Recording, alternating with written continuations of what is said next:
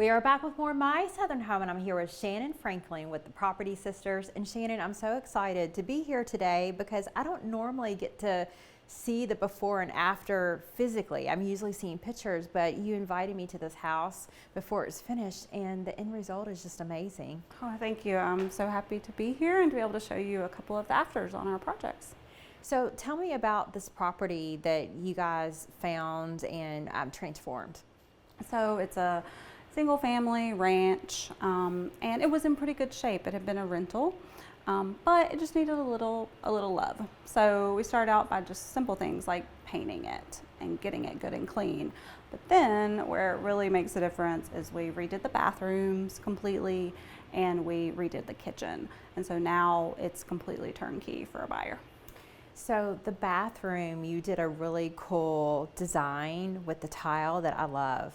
Yeah, so I picked a couple different tile designs. I'll almost always use subway tile in my tub and showers, but that doesn't mean it has to be boring or standard layout for subway tile. So we did some cross hatching, and then we also did some herringbone tile in the bathroom. So it gives it a little bit of interest.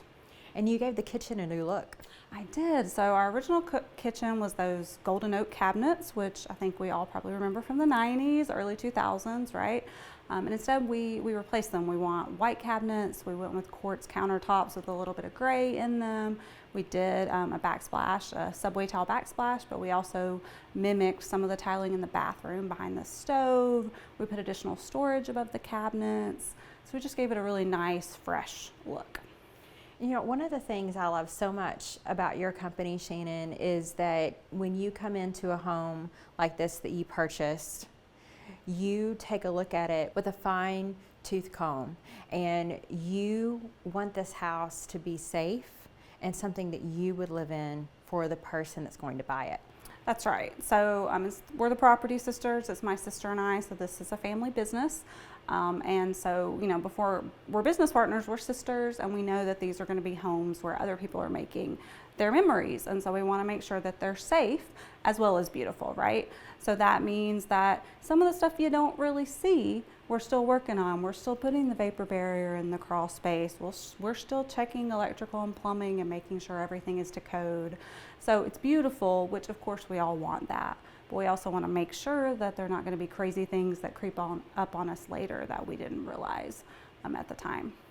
Well, in the house next door, because you bought two homes right beside each other, that's right. You noticed there was some issues with the foundation, and instead of trying to hide that or put the money somewhere else, you fixed it.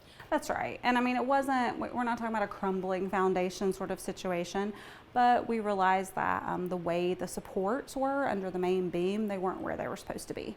So we replaced them, we put them in the right place so that the placement held the load of the house like it was supposed to, so you don't get things like buckling floors later on.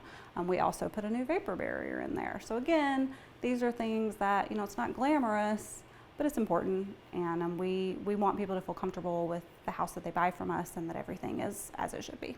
Well, it's very important, especially right now where the real estate market in the Middle Tennessee area has been so crazy, and there's a lot of people that are calling themselves remodelers, they're calling themselves builders, and they're not taking the steps that you and your sister are. Sure. I mean, that's always going to be true. You know, any market where there's the opportunity to make some quick money, you're going to have people that aren't professionals, that maybe it's not even intentional, but they just don't really know what they're doing. And that's why, you know, that's what home inspections are for. So you can kind of check on these things before you buy a house. But you're right, the market has been really crazy. So I'm certain there's some people that waived inspection, for example, to be able to be more competitive, to win the bid on a house. And then these things pop up later that they didn't know about. So let's talk about the market some, because it's starting to shift. It is, really recently, actually. I think it's shifting back to what I would say is a more normal place, right? The last couple of years, we've gotten so used to every house has multiple offers on it. It's under contract immediately. It's way over ask. People are paying for these huge appraisal gaps, etc. And what we're seeing now is that just coming back a little bit more towards a normal place. So you're more likely to see people paying asking price instead of above asking price. And you may have, you know, the house is on market for a couple weeks instead of a day. So I think there's still a lot of opportunities for sellers out there. They've got tons of equity in their house as our values continue to appreciate. But it's also cooling a little bit so that buyers, I think, have a little bit more opportunity when it comes to trying to find a house to buy.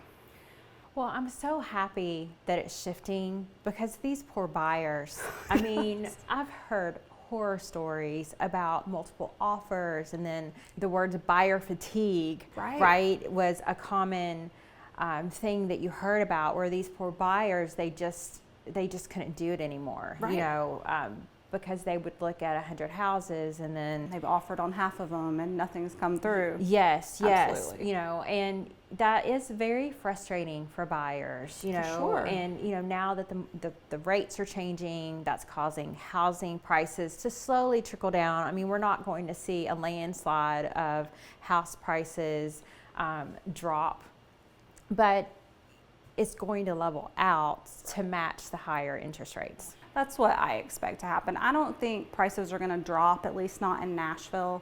I don't see that likely to happen just because it's still such a popular city and we still have a demand that outpaces our supply in terms of housing.